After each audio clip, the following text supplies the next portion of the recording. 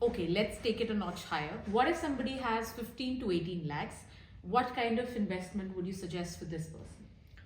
Uh, this is a very nice area of investment. For example, even if you have the investment, have the budgets, and it's your first QSR franchisee or food and beverage franchisee that you have to opt for, I think to start off as your first option, 15 to 18 lakhs is the best total project cost to take into account.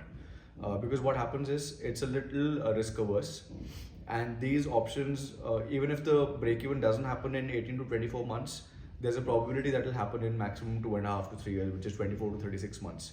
So your risk is really low, and the number of options are galore.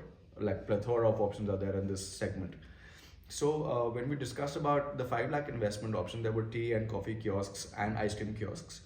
But if you come for a proper QSR of these outlets, of these formats, like a QSR of a coffee point with say 250 square feet outlet area, where you have machines plus also sitting indoor and outdoor of say 8 to 10 people.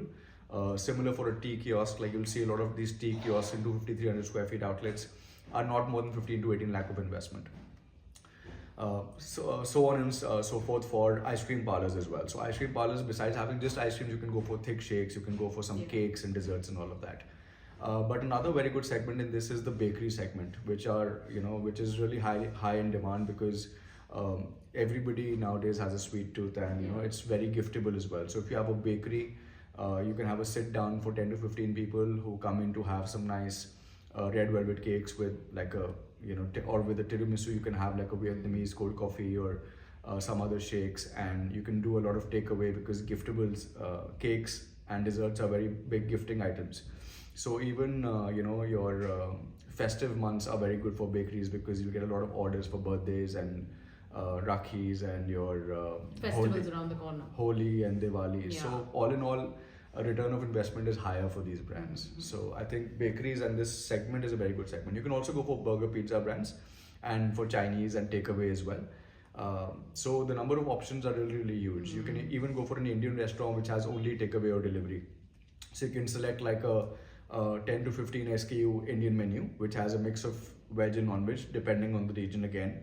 If you're in Gujarat, I would recommend to have a pure vegetarian menu, or a South Indian menu would do very well in Gujarat.